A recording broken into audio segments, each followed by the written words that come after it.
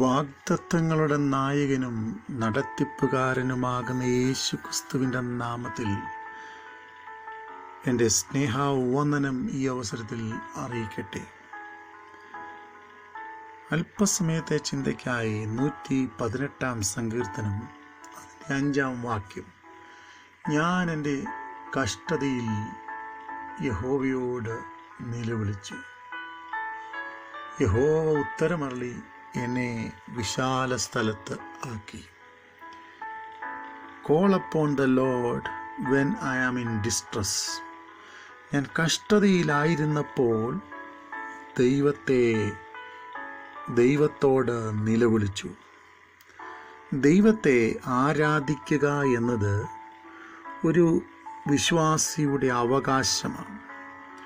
എന്നാൽ ഈ അവകാശം പലപ്പോഴും നാം മറന്ന് ആരാധിക്കേണ്ടുന്ന വണ്ണം, സ്തുതിക്കേണ്ടുന്ന വണ്ണം, ദൈവത്തിന് തൻ്റെ നാമത്തിന് തക്ക മഹത്വം കൊടുക്കേണ്ടുന്ന വണ്ണം കൊടുക്കുവാൻ കഴിയാതെ നാം ഒഴിഞ്ഞു നിൽക്കാറുണ്ട്.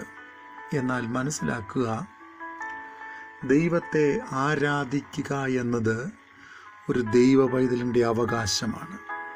പിന്നെയും നാം ഈ വാക്യത്തിൽ നോക്കുമ്പോൾ നമുക്ക് കാണുവാൻ കഴിയുന്നത് ആരാധിക്കുന്ന ഒരു വ്യക്തിയുടെ അവസ്ഥ എന്താണ്. 118 സങ്കീർത്തനം 5 വാക്യത്തിൽ നമുക്ക് കാണുവാൻ കഴിയുന്നത് ഞെരുക്കത്തിൻ്റെ അവസ്ഥ ഞെരുക്കമെന്നുള്ളതാണ്. പലപ്പോഴും ഞാനും നിങ്ങളുമൊക്കെ കരുതുന്നത് പോലെ ഞെരുക്കമെന്നത് ആഹാരത്തിനുള്ള ബുദ്ധിമുട്ടെന്നതിനേക്കാൾ ഞെരുക്കം എന്നത് തകർച്ച, ശോധന, ശൂന്യത എന്നിങ്ങനെ വ്യത്യസ്ത സാഹചര്യങ്ങൾ അവൻ്റെ മുമ്പിൽ ഉണ്ട് എന്ന് നാം മനസ്സിലാക്കുക. അല്ലെങ്കിൽ ഞാൻ പിന്നെയും ഇങ്ങനെയാണ് മനസ്സിലാക്കുന്നത്, it is an occasion of no proper freedom. നമുക്ക് വ്യക്തമായ സ്വാതന്ത്ര്യം അനുഭവിക്കുവാൻ കഴിയാത്ത ഇടുക്കിക്കളയുന്ന അവസ്ഥ. ഉദാഹരണം പറഞ്ഞാൽ ദാനിയേലിൻ്റെ പുസ്തകം 3 അധ്യായം അതിൻ്റെ 17 വാക്യത്തിൽ നമുക്കിങ്ങനെയാണ് കാണുന്നത്. ദാനിയേലും കൂടെയുള്ളവർക്കും ദേ ഹാവ് എവറിഥിങ്, എല്ലാം അവർക്കുണ്ടായിരുന്നു. സ്റ്റേയിങ് ഇൻ എ പാലസ്, അവർ താമസിക്കുന്നത് ഒരു കൊട്ടാരത്തിലായിരുന്നു. അവർക്ക് എല്ലാവിധ നന്മകളും പ്രിവിലേജസും അനുഗ്രഹങ്ങളും അവിടെ ഉണ്ടായിരുന്നു. എന്നാൽ അവർക്കവിടെ നഷ്ടപ്പെട്ടിരുന്നത് ആത്മീക സ്വാതന്ത്ര്യം. അവർ വിശ്വസിക്കുന്ന ദൈവത്തെ, ആരാധിക്കുന്ന ദൈവത്തെ ആരാധിക്കേണ്ടുന്നത് പോലെ ആരാധിക്കുവാൻ കഴിയാത്ത ശൂന്യതയുടെയും തകർച്ചയുടെയും നിമിഷങ്ങൾ.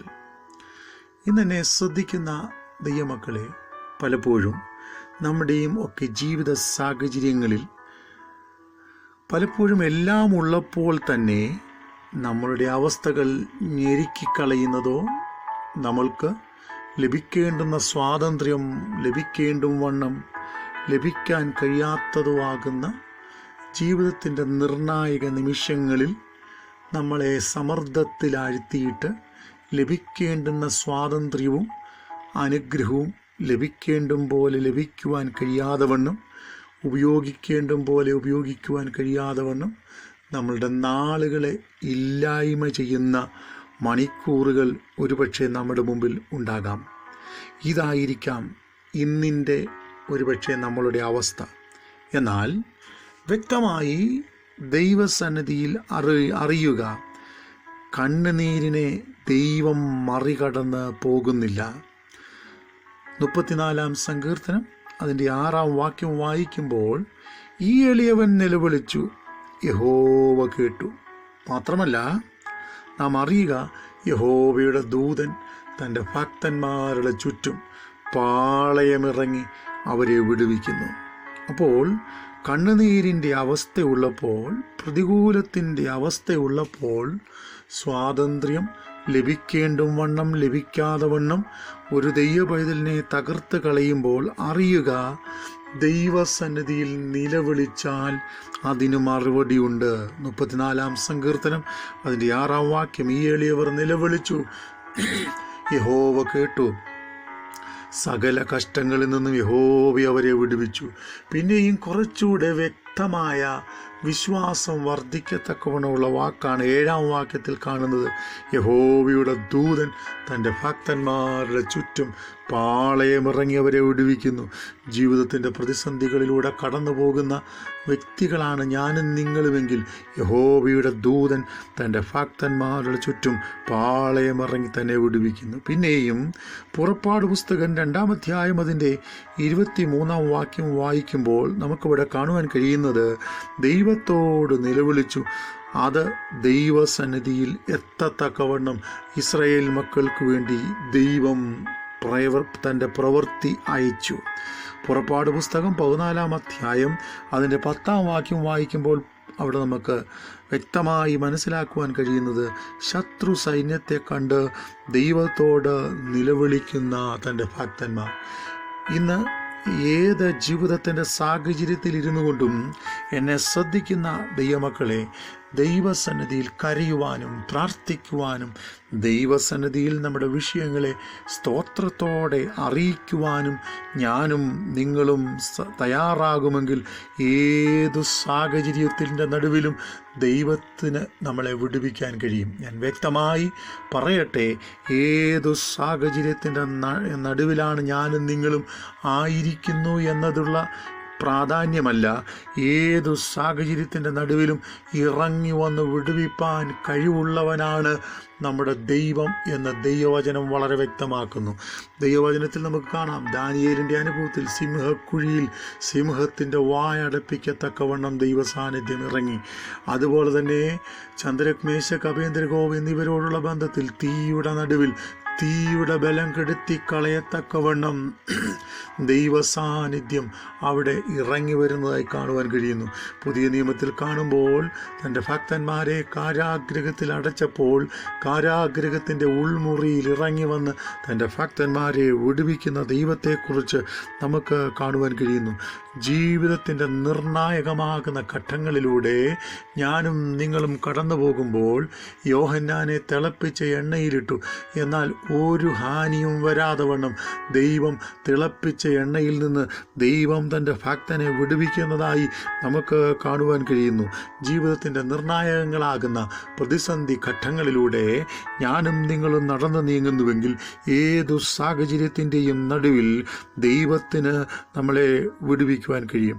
പിന്നെയും ന്യായാധിപന്മാരുടെ പുസ്തകം 3-ാം അധ്യായം അതിൻ്റെ 9-ാം വാക്യം വായിക്കുമ്പോൾ നമ്മളെ നിയന്ത്രിക്കുന്ന അല്ലെങ്കിൽ നമ്മളെ നിയന്ത്രിപ്പാൻ ആളില്ലാത്ത സാഹചര്യത്തിൽ നാം നയിക്കപ്പെടേണ്ടുന്ന സാഹചര്യങ്ങൾ ഏത് ആകണം എന്ന് തിരിച്ചറിഞ്ഞ് നമ്മളെ നിയന്ത്രിപ്പാൻ, മാർഗനിർദ്ദേശം നൽകി തരുവാൻ, വഴി നടത്തുവാൻ നമ്മൾക്ക് വേണ്ടി നിയന്ത്രിക്കുന്നവരെ എഴുന്നേൽപ്പിക്കുന്ന ദൈവം എന്ന് നമുക്ക് കാണുവാൻ കഴിയുന്നു. അതെ, ജീവിതത്തിൻ്റെ നിർണായകമാകുന്ന ഘട്ടങ്ങളിലൂടെ ഞാനും നിങ്ങളും കടന്നു പോകുന്നുവെങ്കിൽ നാം എന്ത് ചെയ്യണം? ഒന്നാമതായി ഞാനിവിടെ പറഞ്ഞത് നമ്മുടെ അവസ്ഥ എന്താണെന്ന് പറഞ്ഞു. രണ്ടാമതായി ഞാനിവിടെ പറഞ്ഞത് നാം എന്തറിയുക എന്ന് പറഞ്ഞു. മൂന്നാമതായി നാം എന്ത് ചെയ്യണം? ഞാനിവിടെ പറയാൻ ആഗ്രഹിക്കുന്നത്, യഹോവ നിർണയിച്ചത് നടപ്പാക്കുന്ന ദൈവമാണ്. അതുകൊണ്ട് രാവും പകലും തൻ്റെ ജനത്തിൻ്റെ വിടുതലിനായി നാം ഓലോല കണ്ണുനീരൊഴുക്കി ദൈവത്തോട് പ്രാർത്ഥിക്കേണ്ടിയിരിക്കുന്നു. Book of lamentation chapter 2 words 18 and 19, വിലാപങ്ങളുടെ പുസ്തകം 2-ാം അധ്യായം അതിൻ്റെ 18-19 വാക്യങ്ങൾ വായിക്കുമ്പോൾ വിഷയങ്ങളുടെ നടുവിൽ കണ്ണുനീരോടെ കരയുവാൻ നാം തയ്യാറാകണം. നാം എന്താ ചെയ്യേണ്ടുന്നത്? ജീവിതത്തിൻ്റെ നിർണായക ഘട്ടങ്ങളിൽ പിറുപിറുക്കുന്നവരായി, തകർന്നു പോകുന്നവരായി, ശൂന്യതകളിലൂടെ ഓടുന്നവരായി ജീവിക്കുക എന്നതിന് ചെയ്യുന്നതിനേക്കാൾ ജീവിതത്തിൻ്റെ നിർണായക ഘട്ടങ്ങളിൽ ദൈവത്തോട് കരയുവാൻ നാം തയ്യാറാകുക. ഒരുപക്ഷെ ലോകത്തിൻ്റെ മോഹങ്ങളിലൂടെ, ജീവിത സാഹചര്യങ്ങളിലൂടെ ഒരുപക്ഷെ ഞാനും നിങ്ങളുമൊക്കെ നമ്മുടെ സമയം തള്ളി നീക്കി പലപ്പോഴും നാം ഒഴിഞ്ഞു മാറിപ്പോകുന്ന ജീവിത സാഹചര്യങ്ങളുണ്ട്. എന്നാൽ ദൈവത്തോട് കണ്ണുനീരൊഴുക്കുന്ന സമയം അത് വൃഥാവായി പോകത്തില്ല. ദൈവവചനം ഇങ്ങനെ പറയുന്നു, കണ്ണുനീരിനെക്കുറിച്ച് ഒരു മനുഷ്യന് പലപ്പോഴും വിലയില്ലെന്ന് വന്നേക്കാം. എന്നാൽ ദൈവവചനത്തിൽ നമുക്ക് കാണാൻ കഴിയുന്നത് കണ്ണുനീര് തൻ്റെ തുരുത്തിയിൽ പകർന്നു വയ്ക്കുന്ന ഒരു ദൈവം ഉണ്ട്. അപ്പോൾ പ്രാർത്ഥനയ്ക്കുള്ള മറുപടി എന്നത് ദൈവ പൈതലിൻ്റെ അവകാശമാണ്. ജീവിതത്തിൻ്റെ ഏത് സാഹചര്യത്തിലൂടെ കടന്നു പോകുന്ന വ്യക്തിയാണെങ്കിലും ദൈവത്തോട് പ്രാർത്ഥിപ്പാൻ നാം തയ്യാറാകും. ഒരുപക്ഷെ എന്നെ കേൾക്കുന്ന പലർക്കും പ്രാർത്ഥിപ്പാൻ അറിയത്തില്ലായിരിക്കാം. ഒരുപക്ഷെ പ്രാർത്ഥനയ്ക്ക് നല്ല വാക്കുകൾ പറയുവാൻ നമുക്ക് കഴിഞ്ഞില്ലെന്ന് വന്നേക്കാം. എന്നാൽ ദൈവസന്നിധിയിൽ വിഷയങ്ങളുമായി കരയുവാൻ തയ്യാറാണോ? അറിയാവുന്ന വാക്കുകളിൽ ദൈവത്തോട് സംസാരിപ്പാൻ തയ്യാറാണോ? എങ്കിൽ ഇന്ന് ഈ സമയത്ത് ഒരു ദൂത് ഞാൻ നിങ്ങളോട് പറയട്ടെ. ഹല്ലേലൂയ! ദൈവം നിൻ്റെ കണ്ണുനീരിനെ മറികടന്ന് പോകത്തില്ല. കണ്ണുനീരിൻ്റെ നടുവിൽ ഹല്ലേലൂയ തീ കൊണ്ട് ഉത്തരമരുളുന്ന ഒരു വലിയവനാകുന്ന ദൈവം നമുക്ക് വേണ്ടിയുണ്ട്. ഇനിയും ദൈവസന്നിധിയിൽ ആശ്രയിക്കുന്ന ദൈവപൈതലെ, നമ്മുടെ ജീവിതത്തിൻ്റെ പരിണിത ഫലം എന്താണ്? ദൈവം നമ്മെ വിശാലതയിലേക്ക് നയിക്കും. 2 ശമൂവേലിൻ്റെ പുസ്തകം 22-ാം അധ്യായം അതിൻ്റെ 37-ാം വാക്യം വായിക്കുമ്പോൾ വിശാലത വരുത്തുന്ന ദൈവം എന്ന് നമുക്ക് കാണുവാൻ കഴിയുന്നു. അതുപോലെ തന്നെ 2 രാജാക്കന്മാരുടെ പുസ്തകം 4-ാം അധ്യായം അതിൻ്റെ 29-ാം വാക്യം വായിക്കുമ്പോൾ നമുക്കവിടെ കാണുവാൻ കഴിയുന്നത് ദൈവം ഹൃദയവിശാലത ശലോമോന് നൽകിക്കൊടുത്തു. ജീവിതത്തിൽ ഹൃദയവിശാലത ആവശ്യമുള്ള സാഹചര്യങ്ങൾ പലപ്പോഴും നമ്മുടെ മുമ്പിലുണ്ട്.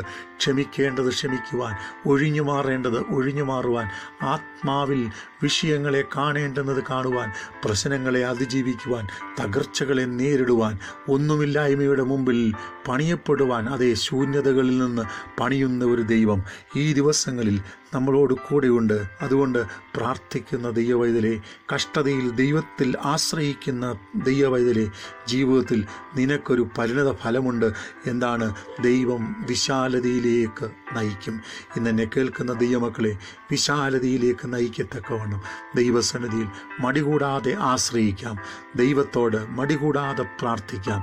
ദൈവസന്നിധിയിൽ മടികൂടാതെ സമർപ്പിക്കപ്പെടാം. നമ്മളുടേതാകുന്ന ഉയർച്ചകളെ ദൈവസന്നിധിയിൽ സമർപ്പിക്കാം. ദൈവം നമ്മെ ഏവരെയും അനുഗ്രഹിക്കുമാറാകട്ടെ. സ്വർഗീയ പിതാവേ, ഈ വചനം കേട്ട നിൻ്റെ ജനത്തിനായി പ്രാർത്ഥിക്കുന്നു. കഷ്ടതയിൽ പിറുപിറുക്കുവാനല്ലപ്പാ, ദൈവസന്നിധിയിൽ ആശ്രയിപ്പാൻ ആവശ്യമായ ഉൾക്കാഴ്ചയും ദൈവിക ദർശനവും നിൻ്റെ ജനത്തിൻ്റെ മേൽ സ്വർഗം കൽപ്പിക്കണമേ. ഈ സമയത്ത് നിൻ്റെ ജനത്തെ ഞാൻ അനുഗ്രഹിച്ചു പ്രാർത്ഥിക്കുന്നു. പിതാവിൻ്റെയും പുത്രൻ്റെയും പരിശുദ്ധാത്മാവിൻ്റെയും നാമത്തിൽ ദൈവിക നന്മകൾ നിൻ്റെ ജനത്തിൻ്റെ മേൽ വയ്ക്കുന്നു.